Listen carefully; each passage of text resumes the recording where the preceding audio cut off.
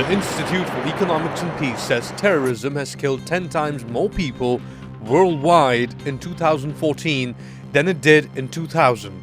That's the human cost. But terror also causes a downward pressure on economy. Terror attacks lead to both short-term as well as medium to long-term effects. Tourists usually refrain from visiting a city that's been attacked, and locals avoid using public transport for a few days. They also tend to temporarily reduce consumption.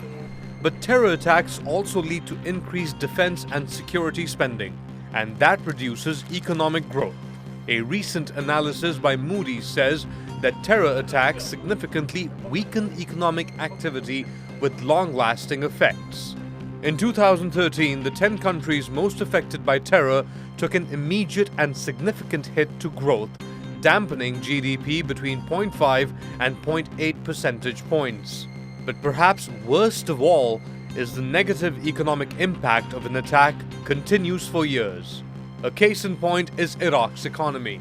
Moody says had the country been terror-free between 2008 to 2013, its GDP could have been 8.2% higher. Economist Kerem Alkin says decreasing the cost of terror would allocate more money to spending on infrastructure, and that would lead to higher growth. When a country succeeds to decrease the terrorism risk or threat, so it means that now you have a big opportunity to use this money not on the defense side or fight against the terrorism, but mostly on the infrastructure investment. And as for economies that depend on tourism, terror attacks can hit even harder.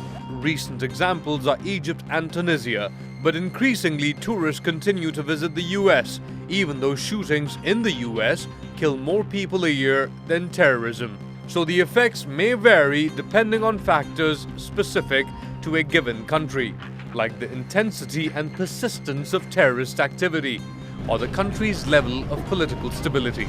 Then there's the reaction of the markets. After 9/11, Wall Street shut for a week, but pared its losses in only a month and ended the year positively. A similar trading pattern has been observed in other markets following terror attacks. Both the London and Frankfurt markets were up on the day of the Paris attacks in November last year. Analysts say that shows that investors around the world seem to take terror attacks as one-time only events, and because of that, markets recover after a short-lived reaction.